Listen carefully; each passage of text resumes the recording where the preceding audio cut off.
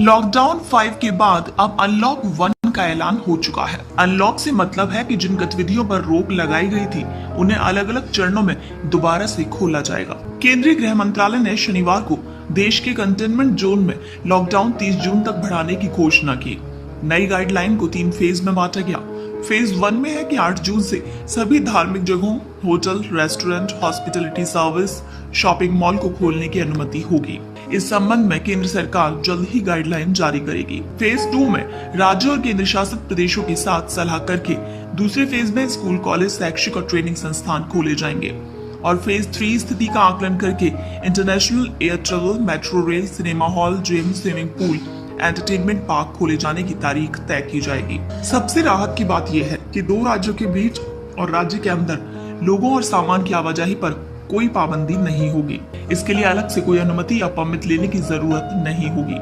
इसके बावजूद अगर राज्य पब्लिक हेल्थ और आकलन के मुताबिक लोगों की आवाजाही को रेगुलेट करना चाहते हैं तो इससे संबंधित पाबंदियों को वो पहले बताएंगे और इन पाबंदियों के अच्छे तरीके से प्रचार भी करना होगा।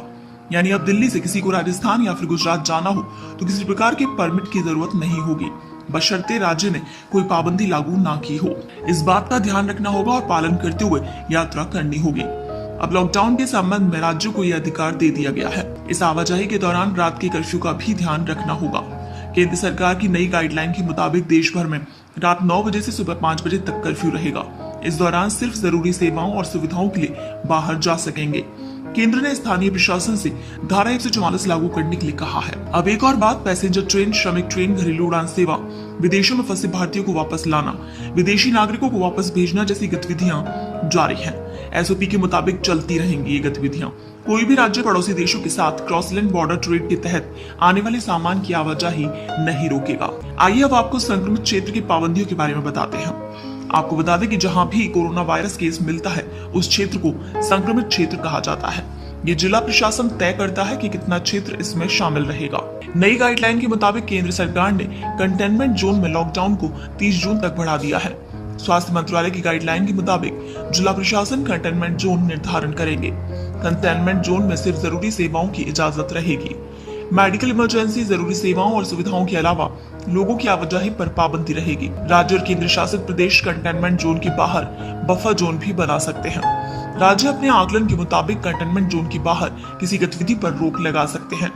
एक बार फिर से आपको बता दें कि पहले चरण में 8 जून से शर्तों के साथ shopping mall, restaurant, salon, hotel और अन्य आतिथ्य सेवाएं शुरू करने की अनुमति दी जाएगी। रात का कर्फ्यू जारी रहेगा, लेकिन जरूरी सेवाओं के लिए कोई कर्फ्यू लागू नहीं होगा। रात को 9 बजे से सुबह 5 बजे तक अब नाइट कर्फ्यू रहेगा। अभी तक इसका समय शाम को 7 से सुबह 7 बजे तक था। एक राज्य से दूसरे राज्य में जाने का प्रतिबंध पूरी तरह से हटा लिया गया है। राज्य में भी लोग एक जिले से दूसरे जिले में जा सकेंगे। सोशल डिस्टेंसिंग का पालन करना होगा। कहीं आने जाने से पहले किसी अनुमति की जरूरत नहीं। दूसरे चरण में स्कूल, कॉलेज, शैक्षिक प्रशिक्षण संस्थान खोल दिए जाएंगे। हालांकि ऐसा केवल राज्य सरकार और केंद्र शासित प्रदेशों के साथ साथ स्कूलों, बच्चों के माता पिता और अन्य संबंधित पक्षों से विचार विमर्श के बाद ही किया जाएगा। और तीसरे चरण में स्थिति के आकलन के आधार पर अंतर्राष्ट्रीय उड़ानें, सार्वजनिक परिवहन और मेट्रो रेल शुरू करने पर विचार किया जाएगा।